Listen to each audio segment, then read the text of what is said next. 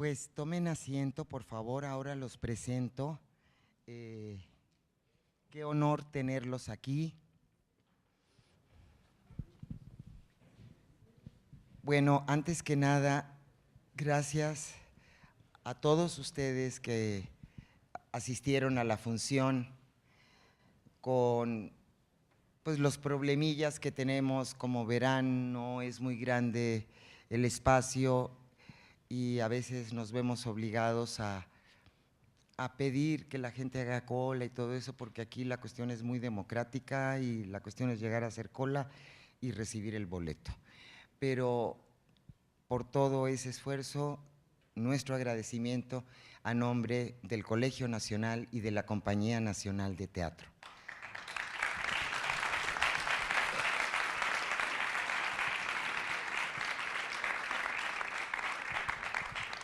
Como ustedes saben, el maestro Juan Villoro planificó y organizó que después de cada una de las funciones se hiciera un coloquio con distinguidísimos especialistas de diferentes ramas. En esta ocasión tenemos aquí al maestro Jesús Ramírez Bermúdez.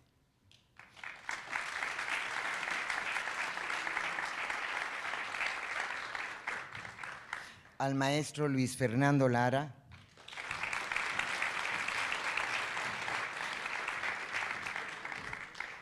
y al maestro Pablo Rudomín.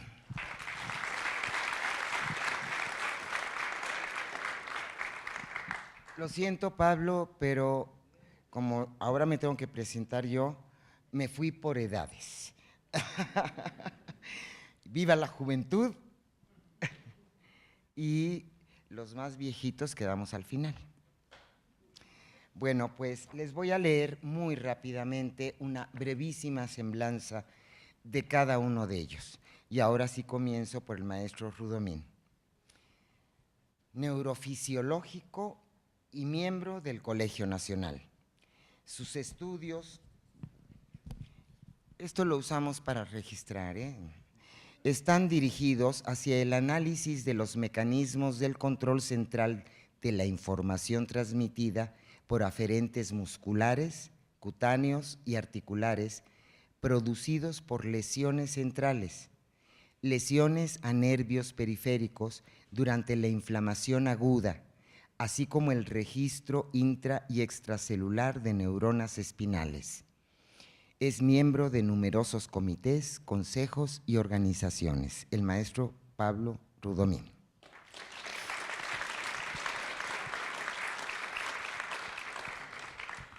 El maestro Jesús Ramírez Bermúdez es médico, especialista en psiquiatría y neuropsiquiatría. Es miembro del SNI nivel 2. En 2007 obtuvo el reconocimiento Jóvenes Creadores del FONCA. En sus libros Paramnesia, breve diccionario clínico del alma y un diccionario sin palabras, utiliza la narración clínica y el ensayo literario para fortalecer la reflexión humanística en el ámbito de la salud mental y las neurociencias.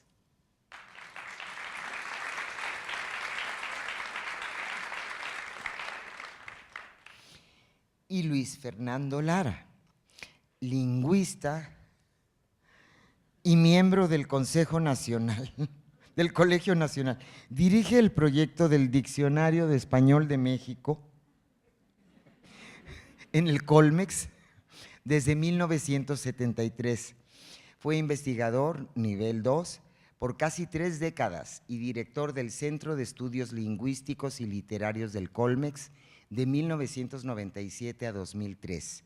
Es autor, entre otros títulos, de Teoría del Diccionario Monolingüe, Ensayos de Teoría Semántica, Lengua Natural y Lenguajes Científicos, Lengua Natural y Lenguajes Científicos e Historia Mínima de la Lengua Española. No más.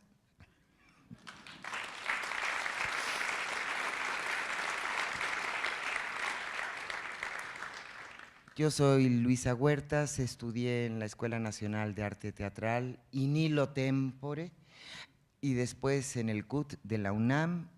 Tengo 47 años de actriz y ahora orgullosamente soy miembro de la Compañía Nacional de Teatro.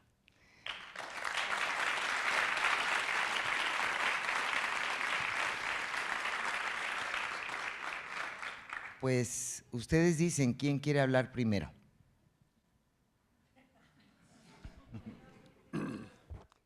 La verdad ya se me olvidó todo.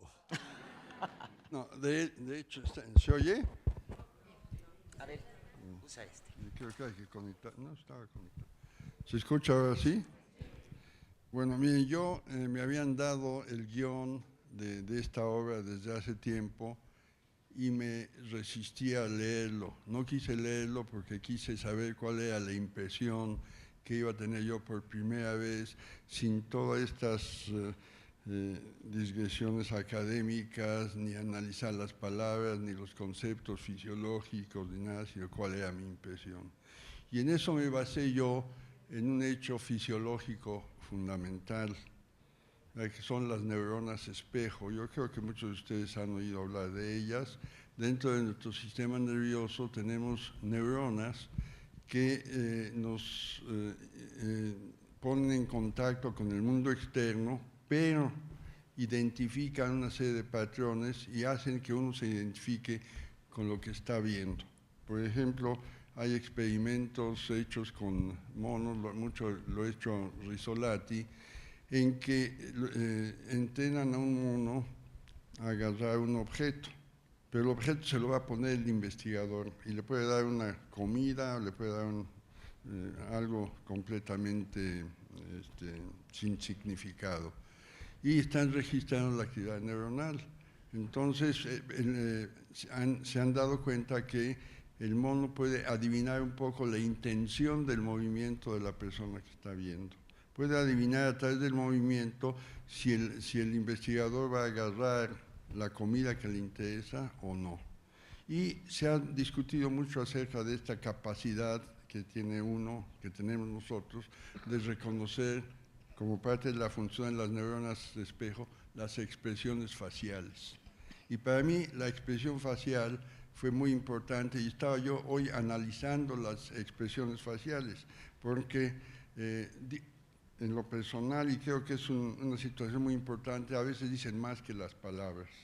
En nuestro idioma nosotros podemos identificar, saber lo que la otra persona está pensando, y sobre todo en matrimonios que ya llevan mucho tiempo, ¿verdad? Se anticipan lo que la persona está pensando porque como que ya están en sincronía. Entonces, para mí, uno de estos aspectos, el más importante, fueron las expresiones faciales.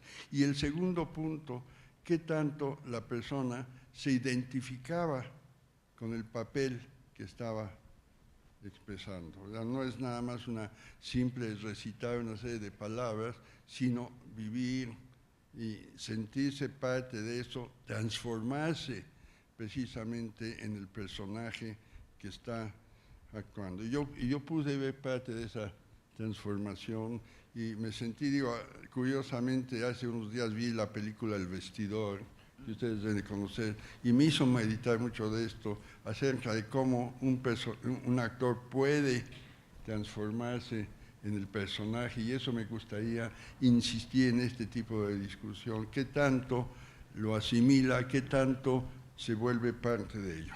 Y en ese sentido, ya un poco más, pues digamos, sistemáticamente yo analicé una serie de cuestiones, ¿verdad?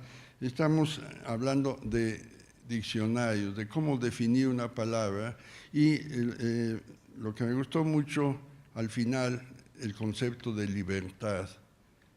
¿Y qué tan libres somos nosotros de tomar decisiones? Hay estudios hechos, empezó hace tiempo un fisiólogo, Libet, que registraban potenciales la actividad cerebral en personas que iban a tomar una decisión. Y encontraron que antes de que la persona se hiciera consciente que iba a hacer una decisión, un movimiento voluntario, ya había eventos que estaban sucediendo en su corteza cerebral. y llegaron a la conclusión que se cuestionaba mucho la capacidad de generar precisamente un acto voluntario. Sistema nervioso, todas las neuronas conectadas con todas, se cuestionaba esta capacidad. Y eso yo lo quisiera también traer a colación, qué tan libres somos precisamente de tomar una decisión y que nosotros pensamos somos independientes. La conclusión de este investigador es que la libertad radica no en la iniciación de este acto voluntario, sino en la capacidad de decir no.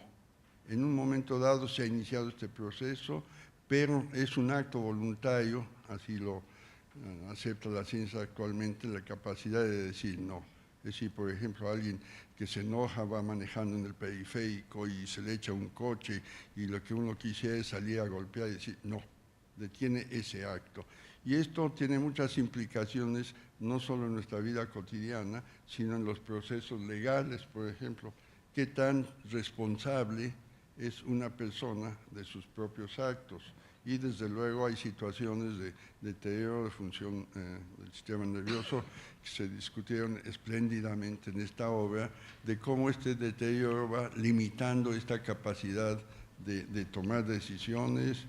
Se habla mucho de los recuerdos, obviamente la toma de decisiones implica también recordar, implica ubicarse en un contexto, y la memoria tiene que ver mucho con esta capacidad de tomar decisiones. Ustedes me dicen cuando me callo, porque yo puedo hablar allí, ¿verdad? Esto es algo que está relacionado precisamente con la pérdida de memoria y la actividad cerebral, ¿no? A medida que envejecemos o por otras razones, a veces se nos olvidan los nombres y de repente, tiempo después, y hasta nos molesta, a mí me molesta, aparece el nombre. Y la pregunta es, ¿dónde estaba eso? Entonces hay muchas teorías y sobre todo una de las más aceptadas es cómo accesamos a esa información que tenemos almacenada. Ahora, ha habido discusiones de cómo se almacena esa información. Estamos expuestos toda la vida, todos los momentos, a una cantidad de estímulos enormes, y una de las teorías más aceptadas es que no almacenamos realmente todo, sino almacenamos instrucciones que al activarlas recapitulan, son los mecanismos que se llaman fractales, ¿verdad?, que pueden reconstruir imágenes a partir de una serie de estímulos. Entonces yo ahí quisiera traerlo a colación, qué piensan los psicólogos en relación a estos procesos de memoria y cómo tenemos acceso a él, a veces voluntariamente y a veces involuntariamente. Otro punto que quisiera yo poner a discusión para no excederme en tiempo es ese miedo de ser diferentes. Ese miedo que quedó ahí manifiesto, ¿verdad?, cuando están en el desfile ahí los franquistas, y que hay que aplaudir, hay que aparecer para no ser detectado. Y esta es una cuestión que se está en estos momentos discutiendo, que está afectando la vida del país, de nosotros, con nuestros vecinos, que por cierto hoy están celebrando su independencia, y yo me cuestiono cuál independencia, ¿verdad?, porque realmente nos damos cuenta que muchas gentes son condicionadas por los medios, son condicionadas por una serie de mentiras estructuradas que les hacen pensar de otra manera, y a mí me gustaría también traer a colación ese punto, porque yo creo que es de mucha actualidad, dadas las circunstancias que estamos viviendo. Ese miedo de ser diferentes, ese miedo de ser nosotros mismos. Y finalmente, aquí se tocó un punto, ¿verdad?, que me recuerda un poco lo que mi madre te decía cuando tenía 90 y tantos años. Dice: Pablo, pienso como una niña de 16 años, pero mira qué cuerpo me ha tocado. Es esta la base del pensamiento de Descartes, de la disociación de mente y cerebro. Es esta filosofía dualista, ¿verdad?, que separa una cosa de otra, y yo como neurofisiólogo en muchos sentidos pensamos que todo es producto de una unidad, que nuestros pensamientos son producto de la actividad cerebral, son producto de nuestras neuronas. Y lo que yo estoy estudiando, que estuvo muy mal explicado en esa cosa, porque ni yo lo entendí, lo que yo hago ahí, lo que dicen, ¿verdad? Lo que hemos encontrado, y se los voy a explicar porque es muy importante, es cómo el sistema nervioso procesa la información que viene del exterior. Pero no es que la procesa, genera imágenes. Ustedes saben, nosotros nada más podemos ver en 2 dimensiones. La tercera dimensión es construcción de nuestro cerebro. Y eso tiene una ventaja evolutiva inmensa. Imagínense nuestros antepasados con cola o sin cola brincando de un árbol al otro. Viendo en 2 dimensiones, viendo las ramas, pues hubiera sido absolutamente imposible saber a qué rama agarrarse, porque estarían en el mismo plano. Esta capacidad desarrollada a través de la evolución y la selección natural en 3 dimensiones nos dio una ventaja evolutiva. Y como eso hay otra serie de cuestiones que yo creo que son importantes y que tienen que ver con lo que se ha llamado propiedades emergentes de los circuitos neuronales. O sea, no basta pensar, es el trabajo que estamos haciendo, que las neuronas están comunicadas entre sí, sino cómo interaccionan. Y al interaccionar se genera otro nivel, un nivel emergente, y yo quiero también plantearlo para la discusión, que esa misma situación priva en las sociedades, porque después de todo nuestra sociedad somos un conjunto de sistemas nerviosos que nos estamos comunicando, me atrevería yo a decir casi con las mismas reglas que se comunican las neuronas.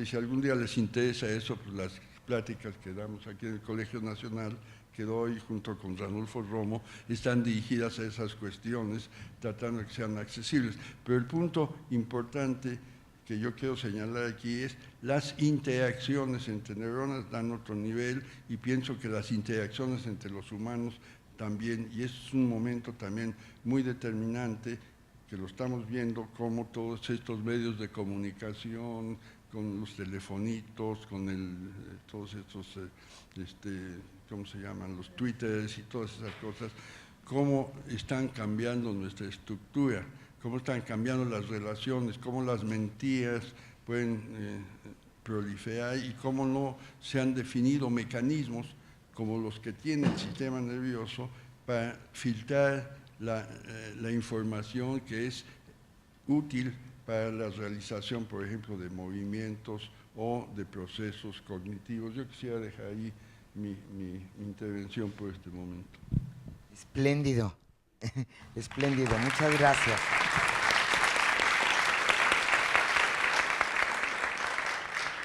Bueno, yo querría comenzar primero por felicitar a la actriz por el papel espléndido que hizo de doña María Moliner. Por supuesto, al resto de los actores, al escenógrafo y al autor, aunque no esté aquí, porque desde que a mí me dijeron que iban a hacer esta obra, decía yo, pero es que la vida de un lexicógrafo es muy poco glamorosa. ¿Cómo le van a hacer para inventarse una obra de teatro sobre una lexicógrafa? Y bien, en el momento también leí el libreto y yo diría que la representación supera al libreto, pero por mucho. Será cuestión de que no entiendo bien cuál es la relación entre el director y el libreto, pero a mí me parece que la representación es mucho mejor que el libreto. También quiero hacer un elogio de doña María Moliner, y parte de este elogio va por corregir un poco el programa, porque nos ponen que fue bibliotecaria y grafóloga. Yo no sabía que doña María hubiera sido grafóloga, pero el punto central es que fue lexicógrafa, y eso es lo que uno tendría que destacar. Y lo mismo aquí, yo creo que se les cruzaron las líneas y ponen investigadora autodidacta durante el franquismo. Si lo vemos en términos de los autodidactas, doña María no era ninguna autodidacta. Formó parte de los alumnos de la Institución Libre de Enseñanza de Madrid, que fue un momento absolutamente de oro de la vida intelectual española, y a la cual también le debemos nosotros, por cierto, la llegada de los refugiados republicanos a México y la modificación radical de nuestra cultura. Fue entonces alumna de la Institución Libre de Enseñanza. Después sacó su título de historiadora, después fue archivista, después fue bibliotecaria, fue una lideresa de la política bibliotecaria española, como se vio en la obra. Y finalmente se convierte en lexicógrafa. Ahorita hablo de la lexicografía. También querría yo señalar que quien eliminó el plan de doña María Moliner para las bibliotecas españolas no fue el franquismo, fue un albañil anarquista. Yo creo que eso vale la pena tomarlo en cuenta. Y no estoy defendiendo en absoluto a Franco ni a nada de eso, ¿no? Bien, ahora, ¿por qué este elogio de doña María? A mí el diccionario de uso del español me parece la última obra de autor que tenemos en español. ¿Qué es lo que quiero decir por obra de autor? Pensemos, por ejemplo, en el pequeño diccionario secreto de Camilo José Cela. Camilo José Cela, sí fue académico, un famoso escritor, escribió este diccionario dedicado a palabras sobre todo escatológicas y de sexo, pensando precisamente en todo lo que el diccionario de la Academia Española no apuntaba. Es una obra de Camilo José Cela y todavía hoy, cuando lo buscamos, sigue siendo el libro de Camilo José Cela. Nadie le va a meter mano a ese diccionario. En el caso del diccionario de Moliner, es obra de autora. Ella lo hizo. Nadie más le puede meter mano a ese diccionario. El problema es que, tratándose de un diccionario de esta categoría, que sin duda superó y todavía supera al diccionario de la Academia Española, pues en el momento en que muere doña María, la editorial Gredos estaba muy interesada en continuarlo y, como ella decía, los diccionarios nunca se terminan. Entonces, claro, vendría el deseo de hacerle adiciones y también de hacerle modificaciones. Entonces, claro, un diccionario de autor como este, yo me pregunto, ¿no habría sido mejor dejarlo tal como lo hizo doña María? Tenemos un ejemplo maravilloso, el diccionario de Littré del francés. Es un diccionario que se hizo en el siglo XIX, lleno de citas literarias. Hoy un francés que compra el Littré no lo compra para estar enterado del último neologismo, lo compra por la calidad del diccionario, por lo que le dice. Y habría sido bueno que le respetaran esa primera edición a doña María Moliner sin alterarla. No quiere decir que las alteraciones posteriores hayan sido una porquería, no, pero lo desvirtúan. Que no es el caso de nosotros, que hacemos un diccionario y con otros métodos, de otra manera diferente, en donde no podemos decir es mi diccionario, sino que es un diccionario que hacemos nosotros en cuanto trabajadores. Eso, en primer lugar, quería yo ensalzar este valor de doña María. Lo hizo en 15 años. No es mucho tiempo. Piensen ustedes lo que ha llevado a escribir ciertos diccionarios. El diccionario de Oxford llevó 76. El diccionario de la Academia Sueca, 105. El nuestro, que en comparación con el diccionario de Moliner es más pequeño, llevamos 45. Y no soy yo solo, somos varios. Entonces, hacer un diccionario de esta clase en solo 15 años es un tour de force. Ahora, hay otro aspecto que también querría yo resaltar. Sabemos, y se vio en la obra, que a doña María la propusieron a la Academia nada menos que Dámaso Alonso, Rafael Lapesa y Pedro Laín Entralgo, tres de las grandes figuras intelectuales españolas. Ella, a su vez, había tenido contacto con Julio Casares.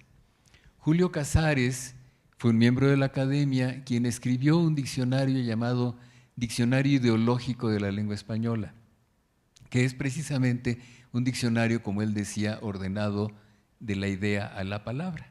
Idea que tomó doña María, solo que lo resolvió de una manera distinta a Casares, porque Casares lo que hace es que pega dos diccionarios. Un diccionario ordenado, tal como él lo pensaba, de las ideas hacia las palabras, y un diccionario en orden alfabético.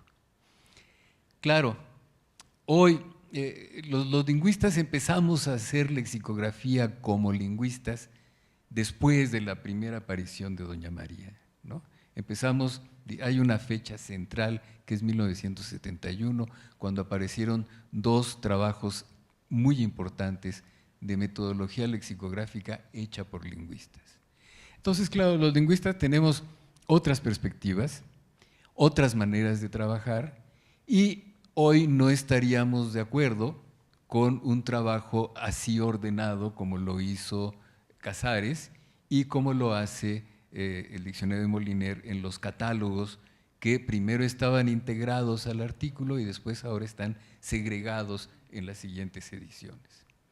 Bien, cierto, tenemos entonces muchas discrepancias de método y de teoría, pero eso no le quita valor a lo que ella hizo, ¿no? Que fue realmente comprimir en el artículo lexicográfico no solo las definiciones, ejemplos, observaciones gramaticales, y después estos catálogos que le permiten a uno, en efecto, ir siguiendo ciertas relaciones entre palabras hasta encontrar la que está uno buscando. Hay que ver que los diccionarios pueden ser de dos clases. Son diccionarios de comprensión y diccionarios de producción. Normalmente utilizamos el diccionario para comprender, pero cuando queremos un diccionario de producción es cuando queremos que el diccionario nos ayude a escribir.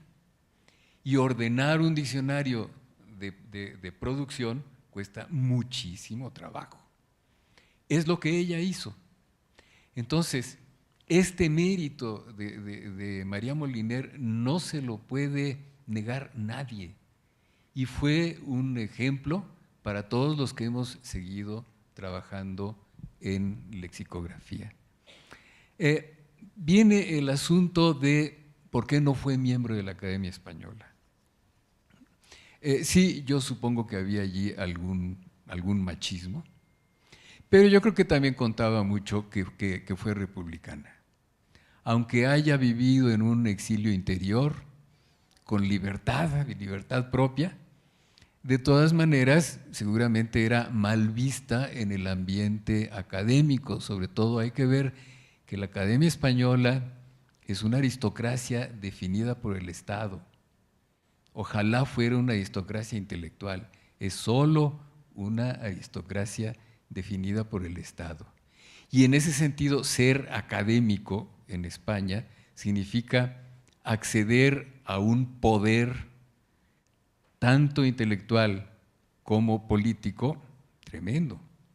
Por lo tanto, los señores miembros de la academia cuidan muchísimo sus relaciones personales para ver quién entra y quién no entra. Yo tengo varios amigos españoles que merecerían fácilmente formar parte de la academia y nunca los han invitado, y no los van a invitar porque piensan distinto. Entonces, yo no sé cuánto le habrá dolido a María Moliner que no la hayan hecho académica, pero considerando su personalidad también reflejada en la obra, con ese autocontrol, esa disciplina, esa obsesividad, ¿no? La que diagnosticó el médico, que yo creo que la tenemos todos. Digo, uno no se mete a hacer un diccionario si no es obsesivo, ¿no? Entonces, esa obsesividad le deben haber dado una fuerza interior tal que no tenía por qué estar doliéndose de que la Academia Española no la invitara. Ella hizo un gran trabajo, un trabajo inimitable. Hoy no haríamos algo así. que revela la clase de mujer que fue. Y no fue una señora que haya dedicado toda su vida a surcir calcetines, de ninguna manera, ¿no? Fue una mujer valerosísima, perfectamente clara en lo que estaba haciendo. Y ya para terminar, no sé si es enfermedad lo que le pasó o si es un mal. De eso me gustaría que me lo explicaran. Yo creo que es el terror que tenemos los lexicógrafos, ¿no? Porque trabajamos con la cabeza. Claro, también necesitamos las manos para escribir, pero fundamentalmente por la cabeza. Y para mí me espejeaba con mis neuronas, ¿no?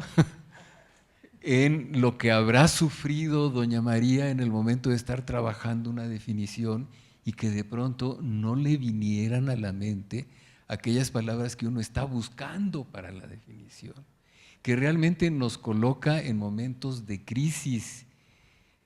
Es una crisis de tal grado que todos nosotros cuando nos dedicamos a esto tenemos pesadillas.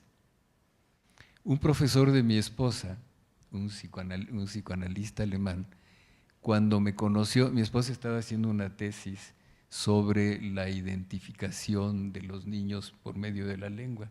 Y cuando me conoció, le dijo a mi esposa, ¿y usted que está estudiando esos niños estudia a su marido? ¿No? Porque realmente produce angustia que uno analiza todos los datos, está buscando cuál será la mejor formulación para hacer esto y no le brota, ¿no? No por esa ausencia que ella acusa, al final eso debe ser mucho peor. Porque en el caso nuestro sí sabemos que ahí las tenemos, pero no están ausentes. Entonces, realmente me espejé con ella y solamente toco madera. Espero no volverme paciente del doctor. Muchas gracias.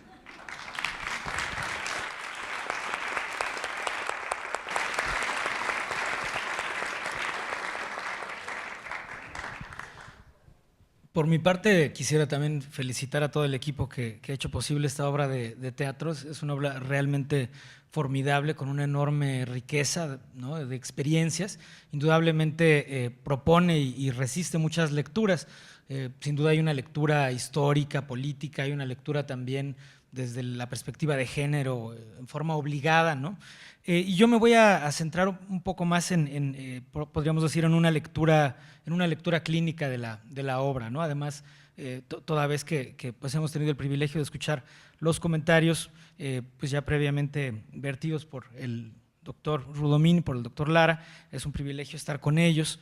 Y por mi parte quisiera platicarles que en el Instituto de Neurología donde yo trabajo, tenemos sesiones clínicas donde habitualmente alguno de nuestros colegas entrevista a alguno de los pacientes y los que estamos sentados entre el público, pues estamos tomando notas, ¿no?, para hacer de alguna manera nuestro sistema de referencias, nuestro sistema de coordenadas, nuestra historia clínica. Entonces, mientras yo veía la obra hace unos momentos, precisamente fui tomando notas para hacer como la historia clínica, por así decirlo, de este caso brillantemente representado. Entonces, desde el principio se nos van dando muchas pistas, muchas anotaciones, que además creo que pues permitirán retomar algunos de los puntos que se ha comentado, ¿no? ¿Estamos frente a un auténtico caso de enfermedad o se trata nada más de un caso de hipocondriasis intelectual, como se le llama, ¿no? Con todas las exigencias que tenemos hoy en día, por ejemplo, en el terreno social, es muy fácil incurrir en este tipo de situaciones, ¿no?, de hipocondriasis, y más aún en profesiones tan exigentes como las que ustedes se dedican, ¿no?, y en particular la creación de un diccionario. Por otra parte, creo que el tema de la libertad está presente de muchas maneras, ¿no? Está presente desde la problematización de la enfermedad y los efectos que tiene sobre la función mental, sobre estas capacidades de conciencia emergentes que ha descrito ya el doctor Rudomín. Al principio se escuchan las palabras isquemia, aterosclerosis, hemorragia, ¿no?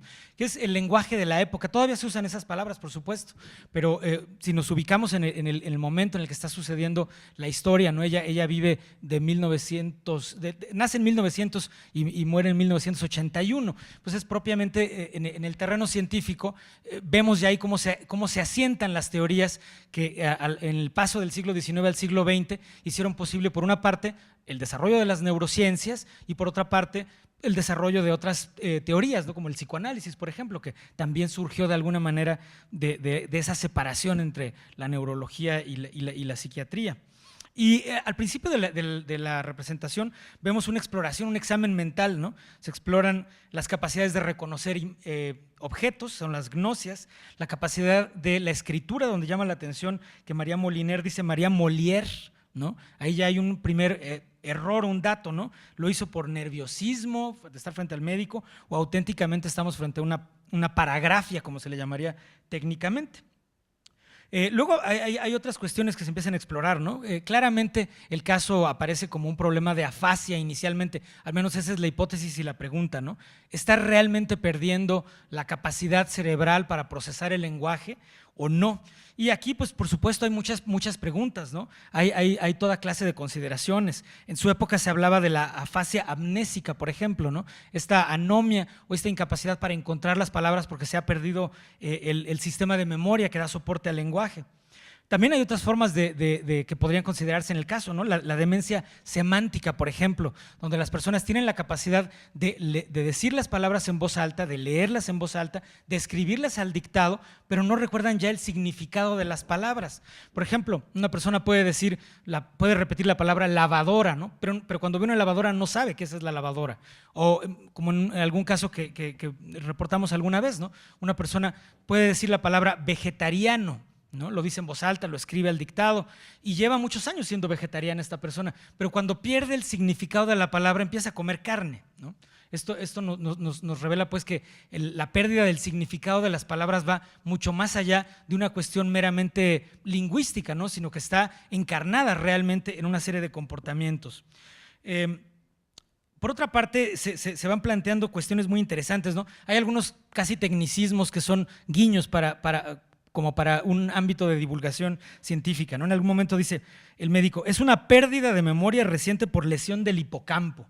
Así se dice, ¿no? Y en efecto, nombran esta estructura pues muy interesante, esta estructura maravillosa que tiene forma efectivamente de hipocampo y que ha sido descrita sobre todo en sus funciones clínicas a lo largo del siglo XX. Una investigadora, Brenda Milner, quien también desafortunadamente también fue hasta cierto punto discriminada científicamente al inicio de su carrera, ahora tiene un gran reconocimiento, descubrió que esta estructura cuando se lesiona produce una pérdida de las capacidades de formar nuevos recuerdos principalmente, ¿no? Con un famoso paciente que se llamaba HM, que no podía recordar ningún evento nuevo, pero sin embargo podía recordar eventos de su pasado más remoto. Esta estructura del hipocampo, por cierto, fue descrita anatómicamente unos años antes de lo que está ocurriendo en la historia por Rafael Lorente de No, que era un gran anatomista, alumno de Ramón y Cajal, premio Nobel de Medicina, que lo obtuvo por el descubrimiento de la teoría neuronal, más o menos cuando estaba en su primera infancia María Moliner. Luego sigue la historia clínica, ¿no? Ella dice que ha empezado a perder la memoria desde hace años y uno se pregunta, ¿cuándo empiezan estos padecimientos? Hay un estudio en Francia que es el estudio de las 3 ciudades que se hizo en Burdeos, en Montpellier y en otra ciudad, donde se mostró que 10 años antes del diagnóstico de una enfermedad de Alzheimer, por ejemplo, ya había alteraciones clínicas perfectamente demostrables. Entonces, tal parece que la fase preclínica de estos problemas es muy larga y ocurren muchos procesos que son muy interesantes también para el novelista, para el dramaturgo. Por ejemplo, María se refiere a la rareza que siente cuando escucha la palabra oxímoron, ¿no? Y ella dice, no la reconozco, es extraña. En el siglo XIX se hablaba de un concepto que era la alienación o enajenación del sentido de las palabras, que era justamente esa pérdida de familiaridad con las palabras, que a veces de niño uno hace ese juego de repetir una palabra muchísimas veces hasta que le pierde el sentido, ¿no? Ahí como que experimentalmente se crea esta enajenación del sentido de las palabras, pero ciertamente algunos pacientes lo describen en sus etapas tempranas. Luego es muy interesante el momento cuando su esposo está hablando esta conferencia, ¿no?, acerca de física nuclear y todas estas cuestiones. Dice literalmente el descubrimiento del electrón y el protón, y habla de las bases físicas de la mente. Y aquí yo creo que tocamos este punto de la libertad. ¿En qué sentido, no? Es un momento, el siglo XX, en el cual se hace una reconceptualización dramática de la mente, ¿no? Como se ha dicho por ahí, si nosotros vemos los textos del siglo XVII, todavía de principios del siglo XVIII, aparecen las pasiones del alma, por ejemplo. Descartes habla de las pasiones del alma, David Hume habla de las pasiones del alma. Sin embargo, un siglo después se hablará de las emociones del cerebro, ¿no?, después del famoso libro de Darwin sobre la expresión emocional en los animales y en el hombre. Entonces se hace una reconceptualización dramática que por supuesto plantea la pregunta que nos ha nos ha planteado el doctor Rudomín, ¿no? ¿Hasta qué punto tenemos ese libre albedrío o hasta qué punto está determinado por procesos físico-químicos que se entenderían quizá mejor con una física nuclear, como lo soñaba el personaje de la historia? Ya el doctor Rudomín se refirió a los experimentos de Libet, en los cuales el investigador sabía qué era lo que iba a decidir el sujeto antes de que el sujeto lo decidiera mediante un recurso que son recursos electrofisiológicos, ¿no?, de potenciales evocados. Pero como bien lo mencionó el doctor Rudomín también, el propio Libet llega a la conclusión de que aunque se puede anticipar lo que el sujeto va a decidir en pruebas muy sencillas que tienen que ver con apretar o no un botón, y esto es importante aclararlo, ¿no? Es decir, estas teorías neurobiológicas de libre albedrío, pues falta también validarlas en un escenario, como se dice, más ecológico, ¿no? Saliendo a la calle y tomando las decisiones que tomamos, las decisiones tan complejas que tomamos en la vida cotidiana. Pero en un experimento como apretar o no un botón se puede predecir. Sin embargo, también Libet llega a la conclusión de que la capacidad de veto o inhibición es una capacidad que podría tener validez científica. Y aquí me viene a la memoria las palabras de Octavio Paz, ¿no?, sobre todo estando aquí en el Colegio Nacional, donde Octavio Paz, por ejemplo, refiriéndose al concepto de libertad sexual, decía que la libertad sexual inicia con la palabra sagrada y se refiere a la palabra no. O sea, esta capacidad de veto, ¿no? La libertad sexual no es simplemente dejarse llevar por el instinto, sino también saber cuándo sí y cuándo no. Y esto tiene implicaciones legales muy importantes, como ya comentó el doctor Rudomín. En fin, son muchos puntos muy interesantes para la discusión. Quisiera referirme a un par de cuestiones más que a lo mejor pueden ayudar a resolver la pregunta que planteó también el doctor Lara. Y es el asunto de si hay o no una enfermedad. Yo pienso que hay una enfermedad a partir de los datos que se observan en la obra, sobre todo porque no es nada más el caso de afasia o amnesia. También vemos otros síntomas muy importantes. Al parecer ella cursa con alucinaciones auditivas, probablemente, que la atormentan, ¿no? En las cuales parece estar ocurriendo como una actualización de experiencias pasadas, ¿no? Hay una transposición de planos narrativos, de planos históricos. Se juega con el tiempo y claro que esto es parte de la libertad artística del dramaturgo, pero también se reconstruye con esto la experiencia de muchos pacientes que auténticamente están inmersos en experiencias del pasado. Y otra vez, recurriendo a algunos textos clínicos clásicos, hablaban algunos autores de la ecmnesia, ¿no?, que es esta actualización de eventos pasados que puede llevar auténticamente a alucinaciones de la memoria, alucinaciones visuales autobiográficas. Yo recuerdo una paciente que tuvimos que justamente tenía alucinaciones autobiográficas, pero no en todo su campo visual, sino solamente en un pequeño rincón de su campo visual hacia la parte izquierda inferior de su campo visual. Y es que tenía un cisticerco localizado en el hemisferio derecho, ¿no?, al otro lado, que estaba de alguna manera en espejo, determinando la localización de estas alucinaciones. Bien, termino por último con un comentario acerca de la parte final de la obra, que se agradece mucho este giro humorístico que se hace hasta cierto punto, ¿no?, donde se humaniza mucho la figura del doctor, donde cambia mucho su actitud, se vuelve mucho más cálido, mucho más humano, ¿no?, sobre todo cuando se da cuenta del terrible error que cometió. cosa que habla muy bien del médico, ¿no? Porque muchos médicos cuando se equivocan incurren en actitudes autoritarias que por desgracia no se acabaron con la España franquista, ¿no? Sino que todavía siguen sucediendo. Pero es muy interesante cómo sí parece haber un error de diagnóstico basado sobre todo en el sesgo sociológico, ¿no? Él no piensa que ella podría estar teniendo ese alcance extraordinario, ¿no? De estar escribiendo un diccionario de esta envergadura. Entonces piensa que esto es, como lo dice él, un delirio de diccionarista, ¿no? Un delirio léxico de Don Quijote, dice, con mucha creatividad literaria el médico, ¿no? Entonces, si recordamos los conceptos del filósofo Karl Jaspers sobre lo que es un delirio, es la imposibilidad de la idea, su incorregibilidad y la convicción subjetiva inigualable, ¿no? En este caso, lo que parecía imposible, pero no lo era pues que esta mujer tuviera esta capacidad extraordinaria para una obra tan brillante. Muchas gracias.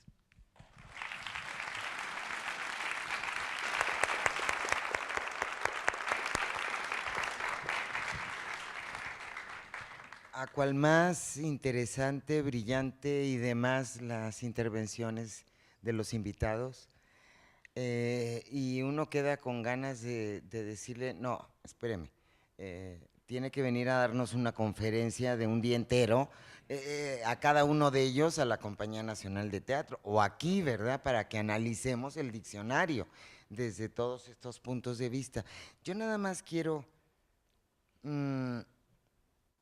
comentarle una cosa a Luis, que además es, y así, que confianzuda, Luis, bueno, te digo Luis porque somos tocayos. Decía algo que me pareció espléndido, entonces me toca hablar como lo que soy, actriz. Decía que le había gustado mucho más la obra, la puesta en escena, que lo que había leído. Y eso es lo que hace maravilloso el hecho teatral. Mientras está en papel, aunque sea maravillosa y aunque uno pueda desarrollar la imaginación, el teatro es literatura. El teatro está hecho para esto, para hacerse de ser humano a ser humano, para hablarle al ser humano, para hablarle a la persona. No hablarle, dice el maestro Luis de Tavira, ya llegamos al momento en que dejamos de pensar en competir con los medios masivos de comunicación. El teatro nunca va a poder competir, pues nos estamos peleando para poder entrar a una sala. No, y aunque el teatro tuviera 1500 localidades, y aunque se esté transmitiendo la obra, nuestro ámbito es mucho más reducido, mucho más pequeño. Pero yo creo, o por lo menos por eso he dedicado mi vida a esto, es mucho más rico tener esta comunicación directa, y por eso las obras son entes vivos, entes vivos. Aquí tenemos a varios compañeros del público que han venido a algunas funciones, han visto varias funciones, y no lo voy a decir ahorita, pero yo sé que tienen una opinión de cada función, porque lo maravilloso del teatro es que cada función es única e irrepetible. Y ese es el reto del actor. Lo que hace ese día, para bien o para mal, ahí está, no hay toma dos. El público viene, ve la obra y tiene una impresión. Y los actores también tenemos nuestra impresión de cómo fue la función. Y dentro de X tiempo podrá venir la misma persona a ver la función, pero como dice Heráclito, ¿no? Nunca corre el agua del río por el mismo. Nunca se baña uno en el mismo río. ni el público es la misma persona que vio aquella función y tampoco los actores. Se dicen las mismas obras, pero no, digo las mismas palabras, pero no se repiten. Son palabras que aspiramos a que sean vivas en cada función, que no suenen a lección aprendida de memoria. Y con la cosa esta que están, parece, descubriendo el hilo negro de aprender a aprender, aquí al otro lado, digo, ay, qué bueno que ya lo descubrieron. Que sí, para aprender algo hay que comprenderlo. Y eso es lo que hacemos los actores. Y por eso le damos vida a la literatura. Nada más quería hacer esa aclaración desde mi especialidad.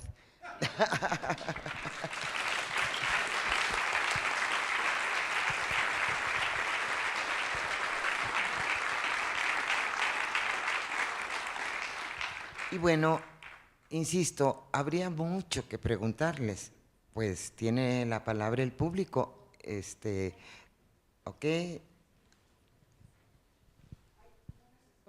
No, es que es para el registro. Ah, ok. Sí. Bueno, digo, no puedo perder la oportunidad de preguntar cómo se llama o cómo se define el fenómeno de lo tengo en la punta de la lengua. O sea, a todo el mundo nos ha pasado de lo tengo en la punta de la lengua y no podemos dormir si no encontramos la palabra. ¿Y cuál era?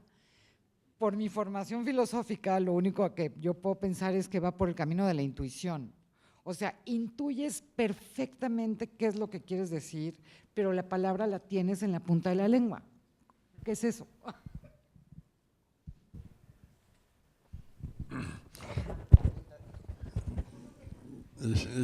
Bueno, es lo que me refería yo antes. Esa información está almacenada de alguna manera y no tenemos acceso a ella. Ahora, en la actualidad, hasta donde yo sé, todavía no se ha aclarado cuáles son esos mecanismos. Sí sabemos, por ejemplo, cuando vamos a hacer un movimiento, en unos milésimas de segundo antes del movimiento, hay una planeación del movimiento, hay una representación en nuestra corteza cerebral del movimiento que vamos a hacer. Pero viene un momento en que se toma la decisión, voy a hacer ese movimiento. Y esa situación, si habla uno con Ranulfo Romo, pues es parte de la integración, otra vez, de varios grupos de neuronas en que llegan a cierto nivel y se comunican con otras. Pero estamos hablando en términos muy vagos, muy amplios. Todavía nuestra tecnología disponible no nos ha permitido abordar ese tipo de problemas, pero no está en la punta de la lengua, está en nuestro cerebro, igual que aquí Luis me estaba diciendo que piensa con la cabeza y no con las manos, pero ¿quién manda las manos? La cabeza. Entonces nuevamente caí en el dualismo filosófico, ¿verdad? Es decir, nuestras manos son simplemente ejecutores de nuestros movimientos. Y yo me acuerdo de una discusión que tuve con La Torre, en que se negaba a usar una computadora para escribir, porque decía que sentía que escribía a mano tenía una integración entre lo que estaba pensando y el movimiento. Y es cierto, a mí me pasa lo mismo. Me es más fácil expresar una idea escribiendo a mano que estarla tecleando. Hay gente que dicen que no tienen problema, pero para mí el escribir, como que hay una integración, como que fluyen más las ideas y se integran más con el movimiento. Supongo que eso precisamente es lo que le pasa a los actores. Cuando vienen esas palabras, se integran con el movimiento del cuerpo, se integran con todas las expresiones de una manera, pues, casi, diría yo, subconsciente, en que simplemente se identifican con ese personaje, ¿no? Y dejan de pensar en las palabras. Imagino que de repente se les olvidan algunas del texto original, pero meten algunas otras que tienen sentido con lo que se está hablando, porque viene la improvisación. ¿verdad? También quiero decir que los que damos conferencias a veces tenemos que repetir la misma conferencia, y le decía yo a Ranulfo Romo, porque yo doy una que es la diferencia entre información y conocimiento, desde un punto de vista fisiológico, que no es lo mismo. Digo, y me siento mal repitiendo la misma conferencia una y otra vez, pero me dice, no, no es la misma, el público es diferente, y tú también te integras en forma diferente. Ya puede uno ver quién se está durmiendo, quién se está sonriendo, hacer rapport con los ojos visuales, uno se da cuenta completamente. Y me ha pasado que he tenido que dar conferencias en salones muy grandes, en la Sociedad de Neurociencias, las luces están apagadas, no veo al público y me siento mal.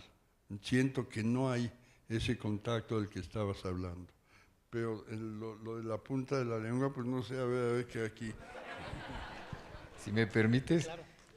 Precisamente a propósito de esta organización conceptual que buscaba doña María y que buscaba Julio Casares, desde los años 60 hubo mucha discusión entre los lingüistas a propósito de si existía una pirámide conceptual. En el diccionario de Casares es notable porque divide, si mal no recuerdo, el ámbito de lo sobrenatural de lo natural. En el ámbito de lo sobrenatural empieza por Dios, luego siguen los ángeles, etcétera, etcétera. En el ámbito natural, pues vienen las plantas, los animales, luego el ser humano, etcétera. Una pirámide que él se inventó, por supuesto, porque cualquiera que quiera utilizar su diccionario, la parte ideológica, para buscar, no se puede imaginar qué clase de pirámide era la que utilizaba don Julio. Y al revés, si uno se va a tratar de aprender la pirámide, resulta que no funciona. Más bien, somos varios los que sostenemos que en nuestra memoria las palabras no tienen una estructura, sino que están, diría yo, desperdigadas, y solamente el tema a propósito del cual queremos hablar las ordena en pequeñas microestructuras. Exactamente. Y lo que nos sucede cuando tenemos una palabra en la punta de la lengua es porque ya estamos, debo tener cuidado con el uso de palabras de la memoria, ya estamos rememorando esa pequeña microestructura, y esa microestructura es la que nos ayuda de pronto a que brote. En cambio, si alguien nos somete a un interrogatorio en que nos está cambiando constantemente de tema, llega un momento en que no sabemos para dónde ir, ¿no? Entonces, esa es la falla de la idea de Casares y de doña María a propósito de la ordenación por ideas, vista desde el punto de vista de un lingüista. Desde un punto de vista clínico, nos pasa con frecuencia que hay personas que nos describen esta experiencia, además está bien descrita por la psicología popular, todos hemos sentido esa experiencia, ¿no?, de tener, como se dice, las palabras en la punta de la lengua. Entonces, técnicamente a veces decimos que es una disnomia funcional, que hay muchos términos que se han usado, pero tiene mucho que ver con lo que estaban ustedes comentando, ¿no? Es decir, la memoria, ¿no?, de las palabras, la memoria del lenguaje, en realidad está hecha en muchos niveles y estos tienen su diferente representación cerebral. Entonces, por ejemplo, la memoria semántica tiene una representación cerebral diferente a lo que sería la memoria de las etiquetas lexicales. Bueno, así le llamamos nosotros en el ámbito de la neurociencia clínica, ¿no? A lo mejor, a mí también me da miedo hablar con un lingüista, con alguien que sabe de eso, porque a lo mejor ni siquiera se debería llamar etiqueta lexical. Pero nosotros decimos que es cuando, es decir, la memoria semántica evoca conceptos, evoca imágenes que no forzosamente tienen una etiqueta lexical, pero esta se adquiere en el momento que nosotros ya sabemos cuál es la palabra correcta para describir ese concepto, esa imagen, esa experiencia. Es un poco como lo que decía Saussure, ¿no?, el significante y el significado. Entonces, a veces uno está en la corriente de evocación de conceptos, tiene ya el sentimiento de familiaridad con conceptos que se avecinan, que uno ya los está evocando, ya los está rememorando, porque hay una activación de la memoria semántica, pero no encuentra uno la etiqueta lexical. Esto puede ocurrir por fatiga, puede ocurrir por ansiedad, puede ocurrir por muchas situaciones, ¿no? Difícilmente por patología. Entonces, probablemente esa disociación entre la memoria semántica por otra parte y por otro lado la memoria de etiquetas lexicales es la que puede generar ese tipo de situaciones, ¿no? Pues, cuidado con los neologismos. Pues nada más un pequeño pensamiento de 5 líneas en homenaje o dedicado a María Moliner y a ti, Luisa, como actriz, ¿verdad? Como persona, y también dada la confianza al ser tocayo de usted, ¿verdad? Que soy Luis, por eso te hablo de tú, porque digo, pues te admiro como persona, ¿no? Como actriz. María Moliner, aunque mucho te hayas indignado y llorado en el ayer, que ese pasado en tu presente y futuro por entero te llegue a fortalecer y así seas ejemplo como una congruente e íntegra mujer. Y a través de tu diccionario, te tengamos como símbolo de fuerza de voluntad y tenacidad a diario. ¡Ay, qué bonito! María Moliner sigue inspirando. Miren, ya vemos que hay mucha gente que se está yendo y estoy segura de que, sí, de que no es por falta de interés, es por la hora. Entonces, yo creo que con esta última intervención vamos a terminar, aunque insisto, podríamos quedarnos aquí toda la noche. Es una muy pequeña consulta, espero que no ocasione honorarios, bien que los amerita. A mí me pasa mucho lo de la punta de la lengua y me obsesiono. Y he encontrado que cuando voy repitiendo el abecedario, aparece ahí la palabra. Claro, eso presupone buena ortografía, ¿no? Pero de todas maneras, es una recomendación que le hago a la señora filósofa, a ver si le sirve. ¿Y por qué pasa eso? ¿O si tiene sentido o nomás a mí me pasa? Bueno, porque se hace la asociación fonética, fonológica, ¿no? Es decir, funciona como una clave sensorial, la asociación fonética o fonológica, para encontrar justamente el nombre, ¿no? La palabra que se está buscando. Lo que no encuentra uno es el sonido de la palabra, no su significado. Volvemos al punto, ¿no? Podríamos decir que es como la memoria de los significantes. Entonces, al repasar usted el abecedario, de alguna manera está buscando claves o pistas fonéticas o fonológicas que lo hacen posible. Me parece un buen método. Gracias. Cono sin che, justo.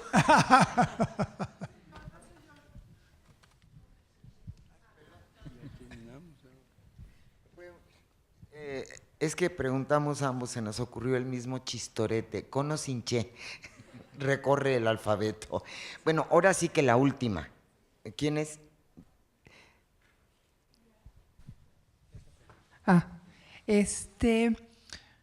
No sé si hay alguna explicación de por qué a veces siendo bilingüe, si uno está perfectamente aquí en México hablando en español, de repente la palabra viene en inglés. En lugar de que sea en la punta de la lengua, viene en inglés y uno sabe finalmente el significado o la traducción, pero hay alguna palabra que viene en inglés. ¿Qué puedo decir? Eso se ha estudiado mucho y se sigue estudiando. Todavía no hay muchas respuestas. A ver si no me dan coscorrones los neurólogos. Todo depende de cómo aprendió uno la segunda lengua, ¿no? Desde hace mucho tiempo entre los psicolingüistas hay dos hipótesis. Lo que llaman un aprendizaje coordinado, que es lo que sucede con los niños cuando aprenden 2 o más lenguas a una temprana edad, digamos antes de los 7 años. En estos casos de sistema coordinado, todas las lenguas que hablen funcionan solitas perfectamente, pero no pueden cruzarse de una lengua a la otra. Eso les cuesta mucho trabajo. Normalmente quien tiene sistema coordinado es un mal traductor. En cambio, aquellos que aprenden otras lenguas en una edad posterior, por supuesto no las aprenden tan bien. Yo hablo inglés como Cantinflas, ¿no? Entonces, ese es sistema compuesto. Y en el sistema compuesto parece que como que se mezclan las dos lenguas. Y cuando se mezclan es fácil recordar y pasar de una lengua a la otra. Siempre viene a la mente cuál es la palabra que está uno buscando. Pero de ninguna manera esto que estoy diciendo es 100% cierto, porque la investigación psicolingüística sigue trabajando y hay muchísimos fenómenos que todavía no se sabe explicar. Lamentablemente eso que yo sepa en México nadie lo estudia. Lo estudian sobre todo en comunidades que reconocen su bilingüismo, ¿no? Como es el caso de Canadá, entre francés e inglés. En México tenemos multilingüismo y nadie lo reconoce. Bueno, pues yo creo que, insisto, habría muchísimo que decir y se nos quedan muchas preguntas, para empezar a mí, en el tintero. Pero de veras quiero agradecer profundamente la presencia del público y obviamente de Luis Fernando Lara,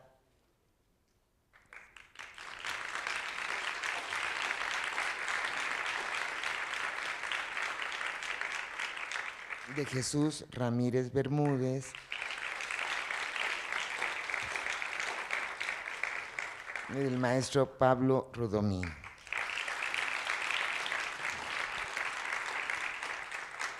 Creo que hacen lo que hace el teatro, nos dejan inquietos, con ganas de saber más. Entonces, pues hay que estar pendiente de la programación de Colegio Nacional, porque todos ellos en un momento dado abundan en estos temas, en los temas de su especialidad, y luego son tan maravillosos que vienen al teatro y aportan un poquito de su conocimiento, porque pues no podemos extendernos más. Mil gracias por venir a todos ustedes y nada más les decimos, no tengo clarísima la fecha, pero en septiembre vamos a dar otras 4 funciones, también en martes.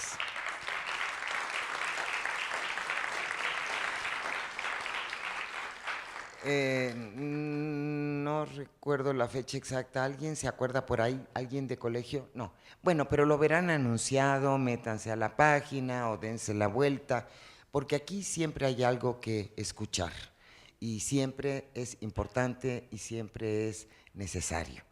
Y voy a dar una opinión muy atrevida luego de haberlos oído a ellos.